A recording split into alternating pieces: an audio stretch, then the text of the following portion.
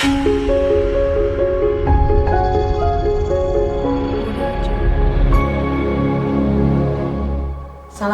warahmatullahi wabarakatuh. Dari rangkaian pelatihan pengolahan nira aren, Bapak dan Ibu, pada hari ini kita live chat masuk ke dalam mata diklat yang ketiga, yakni teknik pengemasan produk. Sebelum memulai mata pelatihan ini, terlebih dahulu saya ingin memperkenalkan diri. Nama saya adalah Rahmi Astuti. Saya Widaiswara dari Pusat Diklat SDM Lingkungan Hidup dan Kehutanan. Saya biasa dipanggil Ibu Rahmi, Bapak dan Ibu. Silahkan bisa connect ke saya melalui nomor HP 0813 65283791. Bisa juga itu menjadi nomor WA. Silahkan menghubungi saya. Di dalam mata pelatihan teknik pengemasan produk ada 3 sub pokok bahasan yang akan kita bahas di dalam sesi ini. Yang pertama adalah tentang pengertian, manfaat, dan jenis kemasan. Kemudian pokok bahasan yang kedua adalah tentang desain dan label kemasan. Pokok bahasan yang ketiga adalah teknik pengemasan produknya sendiri. Pokok bahasan yang pertama yaitu pengertian kemasan. Yang dimaksud dengan kemasan adalah pembungkus atau wadah yang biasa dimanfaatkan untuk mencegah atau meminimalisir adanya kerusakan dari barang yang dibungkus tersebut. Sekarang dilanjutkan dengan manfaat kemasan. Baik, kita membuat kemasan tentu saja ada manfaatnya. Jadi manfaat apa yang bisa diambil dari sebuah kemasan?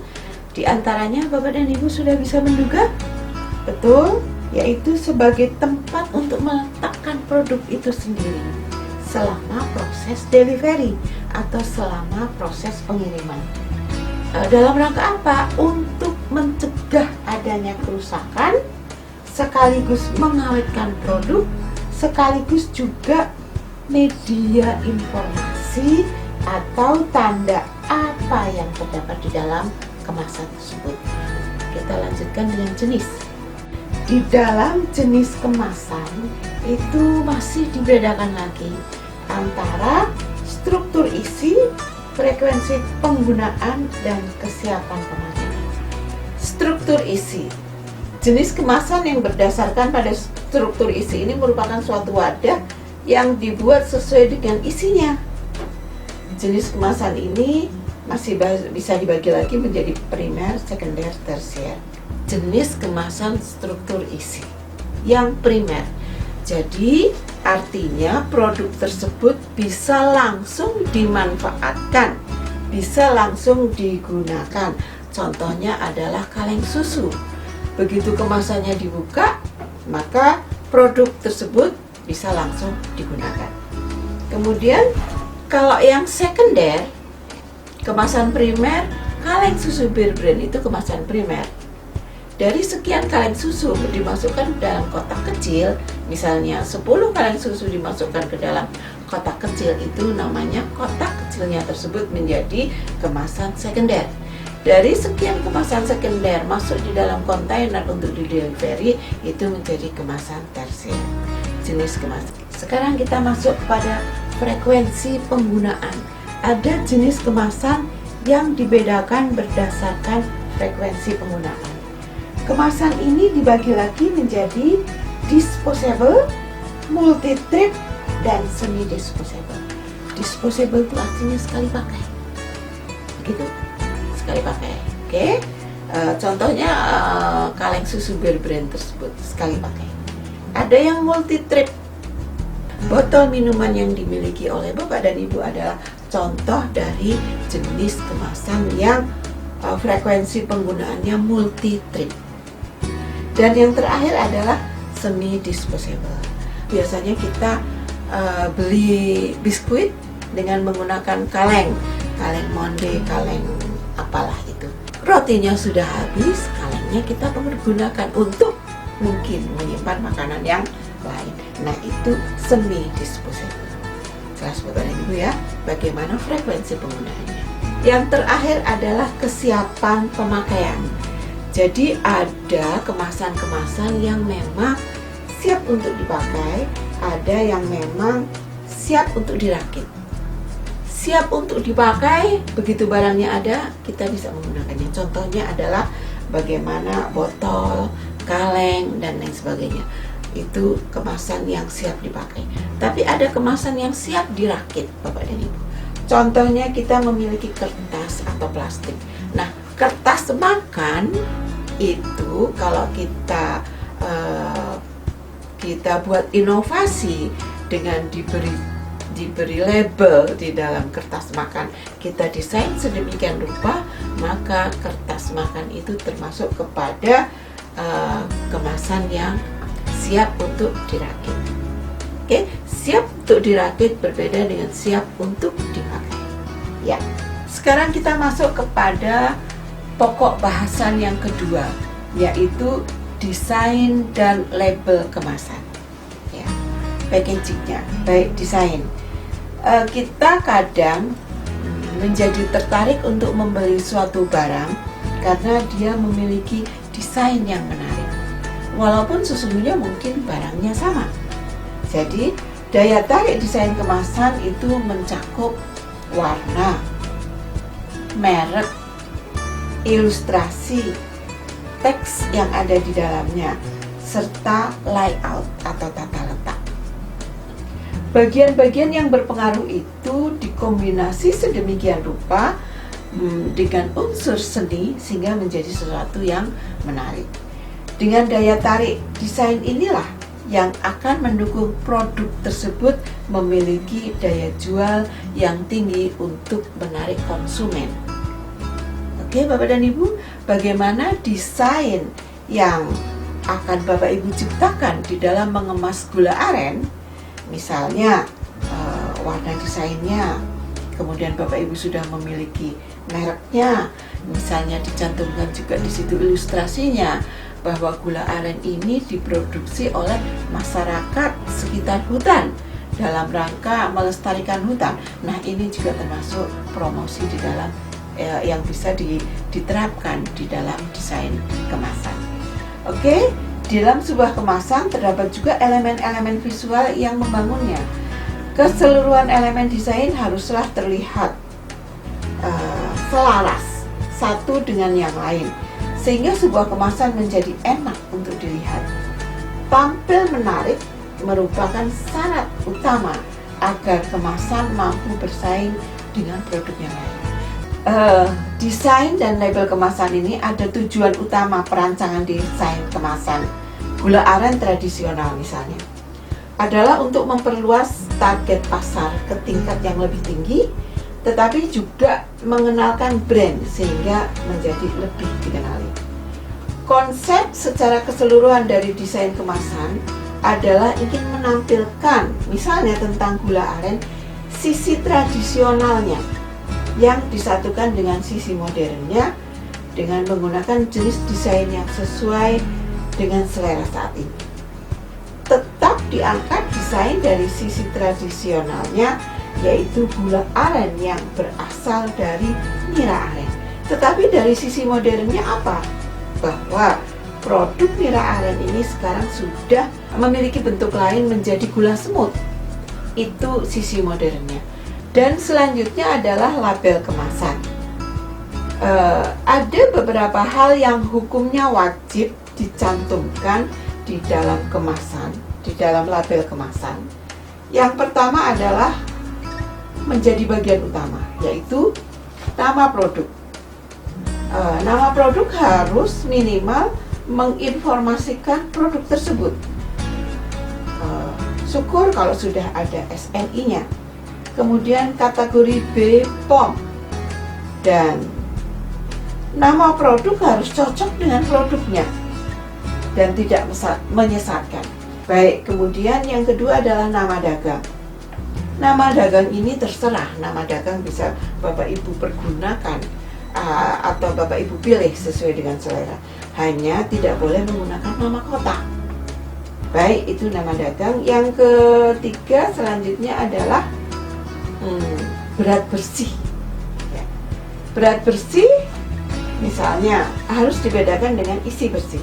Berat bersih itu misalnya padat berapa miligram, berapa gram.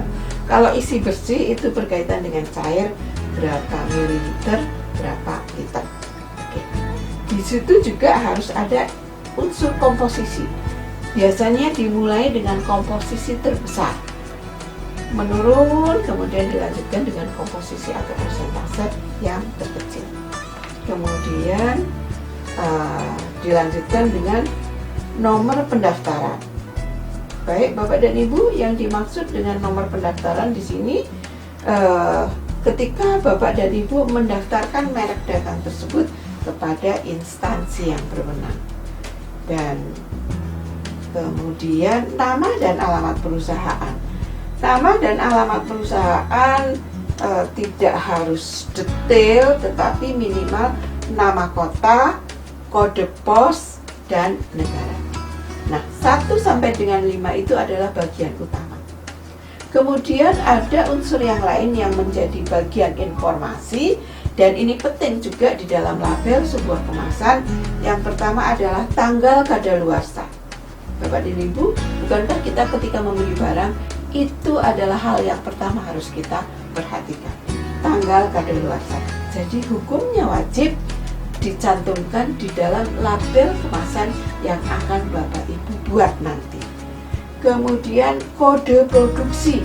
Kode produksi itu di dalamnya mencantumkan unsur tanggal produksi, bulan produksi, dan tahun produksi. Terakhir, nomor 3 adalah komposisi.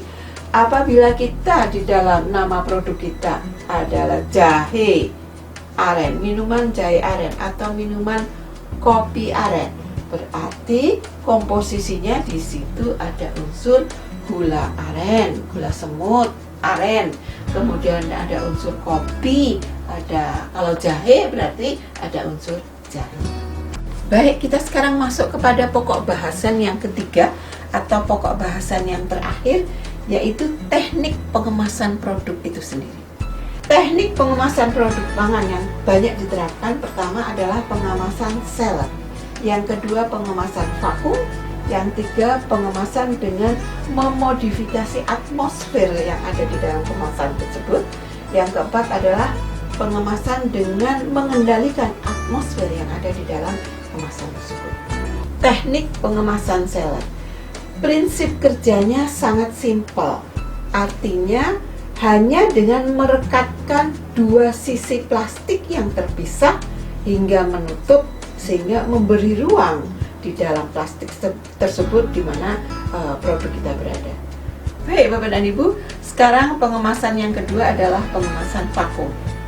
Pengemasan vakum adalah metode kemasan yang menghilangkan udara dari paket sebelum di selling, sebelum ditutup, dengan harapan waktu kadaluarsanya sebuah produk tersebut akan lebih panjang. Kemasan vakum ini mengurangi oksigen yang ada di dalam kemasan tersebut sehingga akan membatasi pertumbuhan bakteri dan jamur. Pengemasan dengan atmosfer termodifikasi. Bapak dan Ibu, pengemasan dengan atmosfer termodifikasi ini adalah pengemasan dengan menggunakan bahan kemasan yang dapat menahan keluar masuknya gas sehingga konsentrasi gas di dalam kemasan berubah, dan hal ini akan menyebabkan laju respirasi produk menurun, mengurangi pertumbuhan mikroba, mengurangi kerusakan oleh enzim, serta memperpanjang umur simpan. Jadi dimodifikasi Bapak dan Ibu, kadar oksigen bisa diturunkan sedemikian rupa sehingga pada komposisi oksigen sekian persen akan menghambat lajunya pertumbuhan mikroba, menghambat lajunya kerusakan enzim, dan memperpanjang umur simpan. Jadi lebih kepada bagaimana memodifikasi atmosfer yang ada di dalam packaging kita. Modifikasi atmosfer ini dilakukan dengan mengatur komposisi udara di sekitar bahan yang berbeda dengan komposisi yang ada di udara luar. Misalnya, konsentrasi oksigen di dalam pengemasan tersebut yang tadinya 21% kita turunkan menjadi 0%. Penurunan presentasi oksigen ini bertujuan untuk mencegah pertumbuhan mikroorganisme dan memperlambat proses oksidasi, sehingga produk kita menjadi tidak cepat kadaluarsa. Dan pengemasan yang keempat ini adalah mengkontrol atmosfer yang ada di packaging kita. Tidak hanya dilakukan komposisi gas saja, melainkan juga terdapat proses pengendalian yang dilakukan secara eksternal maupun internal. Jadi ini kita kontrol atmosfer atau udara yang ada di dalam packaging kita. Secara eksternal misalnya dengan cara menginjeksi gas-gas tertentu sekaligus mengontrolnya. Kalau pengendalian secara internal dilakukan dengan memanfaatkan reaksi kimia yang terjadi, misalnya menempatkan oksigen absorber ke dalam kemasan. Nah, yang terakhir Bapak dan Ibu, di dalam diklat sekalipun didesain secara e-learning, tetapi Bapak dan Ibu tetap mendapatkan penugasan. Penugasan yang akan saya sampaikan kepada Bapak dan Ibu adalah Bapak dan Ibu, kami minta untuk mendesain kemasan produk gula aren. Monggo, mau gula aren dalam bentuk briket, gula aren dalam bentuk log, atau gula aren dalam bentuk gula semut. Proses pembuatan kemasan ini, tahapan-tahapan di dalam Bapak Ibu bekerja untuk membuat sebuah kemasan sampai dengan kemasan itu jadi, tolong Bapak Ibu rekam dalam bentuk video ya. Dan video tersebut kami tunggu untuk Bapak Ibu kirimkan kepada kami selaku pengajar atau fasilitator. Kirimkan kepada kami dan kami akan sangat mengapresiasi apa yang nanti Bapak Ibu lakukan. Terima kasih. Sekian dari saya. Assalamualaikum warahmatullahi wabarakatuh.